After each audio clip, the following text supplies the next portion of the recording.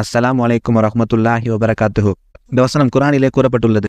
இது குரானில் சூரத்துல் தாஹா வசனம் 46 பதிவாகியுள்ளது. நிச்சயமாக நாம் யாவற்றையும் நன்கறிந்தவனாகவும் செவியேற்பவனாகவும் உங்கள் இருவருடனே இருக்கிறோம் என்று அல்லாஹ் கூறுகிறான்.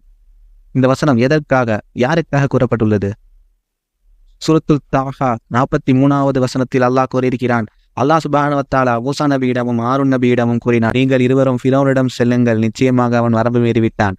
அதற்கு அடுத்தபடியான வசனத்தில், நீங்கள் இருவரும் அவனிடம் சாந்தமாக மென்மையான சொல்லால் சொல்லுங்கள், அதனால் அவன் நல்ல உபதேசம் பெறலாம் அல்லது அச்சம் கொள்ளலாம் என்று அல்லாஹ் கூறினான். அதற்கு அவர்கள், எங்கள் இறைவா, அவன் எங்களுக்கு தீங்கிழைக்க தீவிரப்படவோ அல்லது வரம்பு மீறவோ செய்யலாம் என்று நாங்கள் பயப்படுகிறோம் என்று மூசா நபியும் ஆரூன் நபியும் அல்லாஹ்விடம் கூறினார்கள்.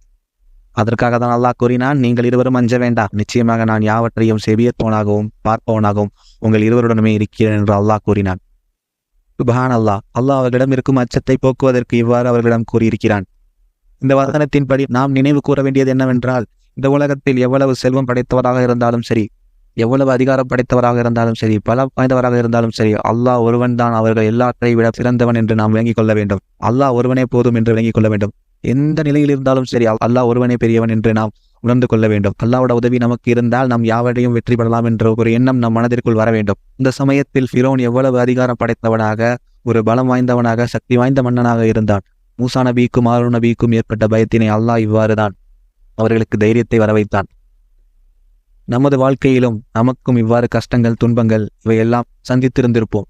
நிச்சயமாக நாம் இந்த வசனத்திற்கேற்ப அல்லாஹ் ஒருவனே சிறந்தவன், அவன் யாவற்றையும் நன்கறிந்தவனாக பார்ப்பவனாக இருக்கிறான் என்ற வசனத்தை நாம் மனதில் பதிய வைத்துக் கொள்வோம். நிச்சயமாக அல்லாஹ் ஆரூன் நபிக்கும் மூசா நபிக்கும் வெற்றியை கொடுத்தது போல் நமக்கும் அல்லாஹ் வெற்றியை கொடுப்பான். இந்த வசனத்தை நாம் ஆழ்மனதில் பதிய வைத்துக் கொண்டு நம் வாழ்க்கையில் நமக்கு இருக்கும் கஷ்டங்கள், உயரங்கள் அனைவற்றிலிருந்தும் நாம் வெளிவருவோம். அல்லாஹ்வின் உதவினால் நாம் வெளிவருவோம் இன்ஷா அல்லாஹ்.